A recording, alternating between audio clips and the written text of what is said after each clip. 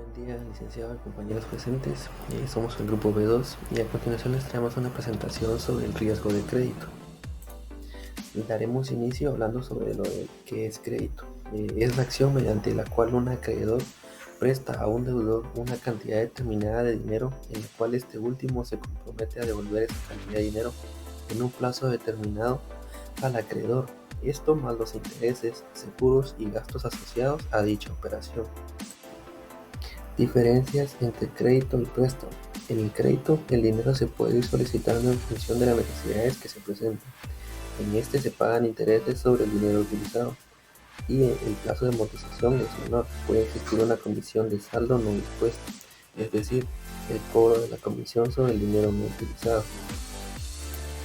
Del lado del préstamo, a este se puede acceder al dinero solicitado en todo momento de manera instantánea. Se pagan intereses sobre todo el capital y estos tienen un plazo mayor, por lo que también tienen intereses más elevados. A continuación tenemos unas definiciones dadas por la Junta Monetaria en su resolución 99/2020.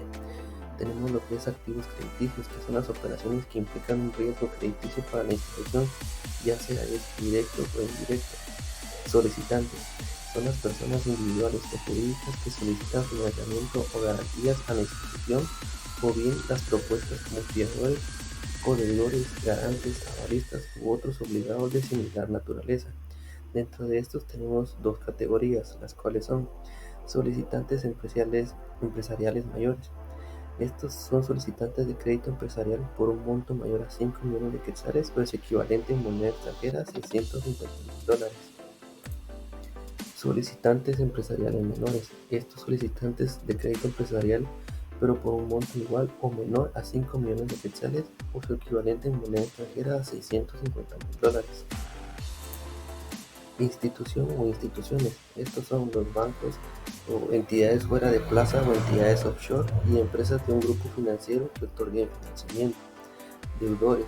Son personas individuales o jurídicas que tienen financiamiento o garantías en la institución, o bien las propuestas como fiadores, codeudores, garantes, avalistas u otros obligados de similar naturaleza. Dentro de estos deudores también tenemos dos categorías, las cuales son deudores empresariales menores. Estos son las personas que tienen un endeudamiento total o igual a 5 millones de quetzales o $650,000. Y los deudores empresariales mayores son las que tienen un endeudamiento mayor a los 5 millones de quetzales o los $650,000 ya descritos. Definiciones. El endeudamiento indirecto se refiere a la situación en la que una entidad o individuo incurre en deudas a través de terceros, como intermediarios financieros o prestamistas. El endeudamiento directo se refiere a la situación en la que una entidad o individuo adquieren deudas de manera directa o sin intermediarios financieros.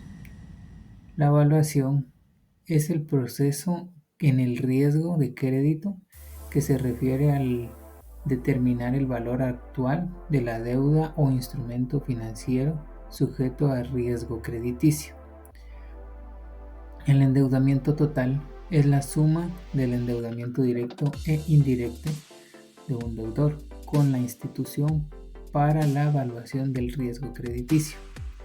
Y la novación es el acto por medio del cual el deudor y el acreedor alteran sustancialmente una obligación, extendiéndola por medio de otorgamiento de un nuevo activo crediticio otorgado por la misma entidad.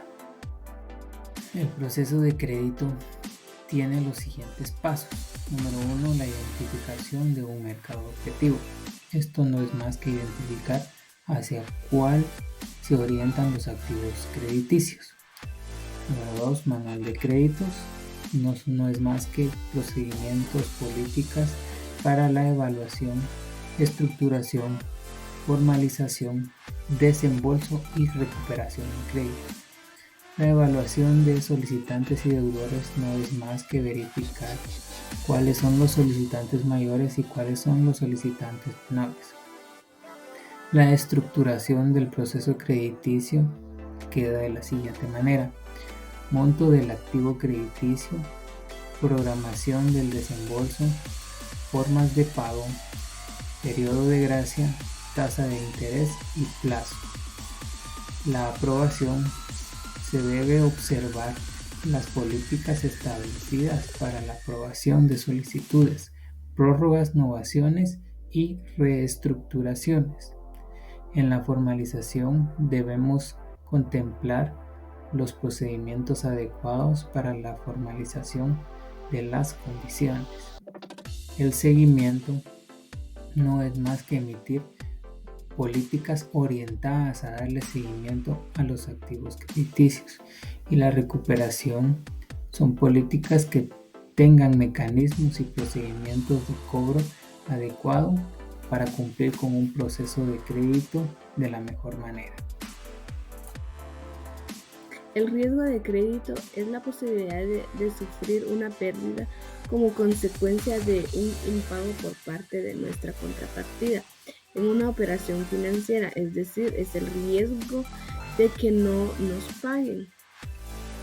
Es una forma también de medir la probabilidad de que tiene un deudor frente a un acreedor de cumplir con sus obligaciones de pago, ya sea durante la vida útil del activo financiero o a su vencimiento. Existen 3 formas de riesgo de crédito.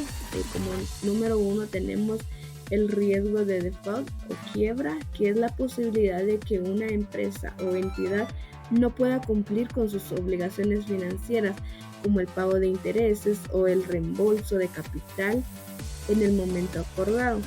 El riesgo de la rebaja crediticia, hace referencia al riesgo que existe que las agencias calificadoras bajen la valoración del crédito. También tenemos el riesgo del spread crediticio, que hace referencia al riesgo que existe sobre los pagos que se deben realizar en el futuro. Es el riesgo que mide un aumento en la rentabilidad del activo de referencia respectivo a la rentabilidad de un activo libre de riesgo con vencimiento parecido. En la definición en la Superintendencia de Bancos, pues nos dice que es la contingencia de que una institución incurra en pérdidas como consecuencia de que un deudor o contraparte incumplan con sus obligaciones en los términos acordados. La gestión de riesgo de crédito pues tiene como objetivo básico preservar la solidez financiera y patrimonial de una entidad financiera acorde con sus decisiones estratégicas en cuanto a metas y crecimiento y rentabilidad. Y para poder reducir o mitigar el riesgo de crédito es necesario enfocarse en dos aspectos, que es la reducción y protección. La mejor estrategia es tomar acciones que vuelvan más seguras las decisiones de crédito, maximizando el aprovechamiento de las oportunidades de negocio. El primer paso en una gestión efectiva es tener un entendimiento completo de dicho riesgo, observando el riesgo en nivel individual del cliente y del portafolio. En Basilea II promueve la mejora de la gestión, apoyando en la gestión en la implantación de nuevas metodologías y nuevas herramientas. Los reguladores nacionales aconsejan a las entidades que establezcan políticas y procedimientos claros y fácilmente aplicables para todo proceso. Proceso de gestión de riesgo. Dice que el proceso de gestión de riesgo es una serie de pasos sistemáticos y actividades planificadas que una organización lleva a cabo para poder identificar, evaluar, controlar y monitorear los riesgos que puedan afectar sus objetivos o metas. Este proceso tiene como objetivo principal minimizar la incertidumbre y maximizar las oportunidades, permitir que la organización pueda tomar decisiones informadas y estratégicas para tomar y proteger todos sus intereses. Acá podemos encontrar lo que es recopilación de información. Acá podemos ver que es reunir un conjunto de factores para realizar un análisis de la capacidad de pago de la contraparte. Análisis de decisión es el estudio de la capacidad crediticia del cliente, definición de los límites de crédito y las condiciones de pago, formalización de la operación. Acá podemos encontrar el seguimiento, monitorizar las operaciones mientras permanecen vigentes para anticipar posibles dificultades. Y por último, cobro, realizar las gestiones oportunas para saldar las deudas. Medición de riesgo de crédito. Este análisis es crucial para la gestión de riesgo financiero en instituciones financieras como bancos y otras organizaciones que otorgan créditos. Este análisis implica evaluar y cuantificar el riesgo de que los prestamistas no cumplan con sus obligaciones de pago. Por este caso podemos ver las pérdidas esperadas, que nos dice que hace referencia a las reservas o provisiones con las que debe contar una institución financiera para asumir las pérdidas por incumplimiento de los deudores. También podemos encontrar el valor en el riesgo, VAR. Hace referencia a las pérdidas que se podrían sufrir por el impago de la contraparte o deudores. También vemos lo que es el valor en riesgo condicionado, CEVAR.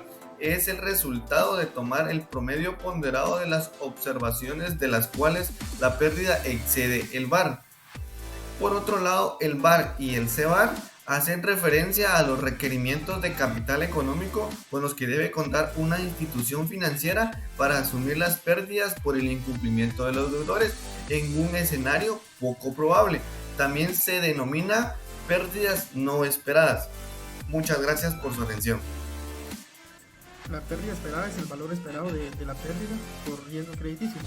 Esto definido en un horizonte de tiempo determinado, resultante de la probabilidad de incumplimiento, el nivel de exposición en el momento del incumplimiento y la severidad de la pérdida. La pérdida esperada es un término estadístico que refleja también la probabilidad marginal de que una compañía genere un impago. Para calcular lo que es la pérdida esperada es necesario conocer la probabilidad de incumplimiento, el ratio de pérdida en casos de incumplimiento y el tamaño de la deuda o exposición en caso de incumplimiento. Para eso tenemos la fórmula explicada en esta presentación, por lo cual con todos estos parámetros se puede calcular la pérdida esperada. Como decíamos, es la probabilidad de incumplimiento por el ratio de pérdida en caso de incumplimiento y la exposición en caso de incumplimiento que nos determina la pérdida esperada. Ahora bien, la probabilidad de impago es la probabilidad prevista para que un prestatario se declare insolvente y éste deje de pagar sus cuotas de amortización. La probabilidad del impago se calcula a través de la información recibida por las agencias especializadas, en este caso de rating y scoring. Ahora, el segundo punto, el ratio de pérdida en caso de incumplimiento es el porcentaje de un préstamo que, una vez impagado y efectuadas las habituales gestiones, y en este caso para su recobro, resulta finalmente incobrable. Por último, la exposición en caso de incumplimiento. Este es otro de los inputs necesarios en el cálculo de la pérdida esperada y el capital, definida como el importe de deuda pendiente de pago en el momento de incumplimiento de un cliente. Veamos un ejemplo de pérdidas crediticias esperadas con la finalidad de poder gestionar el riesgo crediticio. Vamos a analizar los documentos por cobrar y lo haremos a través de este ejemplo de la empresa de diversidades agrosemilla Las Verapaces, la cual estamos evaluando en nuestro proyecto. Es una entidad agrícola que opera en una sola región geográfica, cuyo saldo de cuentas por cobrar es de 5 millones de unidades monetarias al cierre contable el 31 de diciembre del periodo 2022. Con base en los términos del contrato con los clientes y su capacidad de pago que ya hemos evaluado previamente, las cuentas por cobrar están clasificadas por características de riesgo común. Las cuentas por cobrar no tienen componente alguno de financiación, es decir, se utilizará un crédito comercial sin el devengo de intereses. Esto no será en función de un banco, sino que de una empresa común, una empresa comercial. Y también debemos considerar que el saldo de la provisión por pérdidas crediticias se mide en función de estas durante la vida de las cuentas por cobrar por el método de la matriz de provisiones ajustadas por estimaciones referidas al futuro. La matriz de provisiones ajustadas para el próximo año es la siguiente. Veamos aquí esta matriz.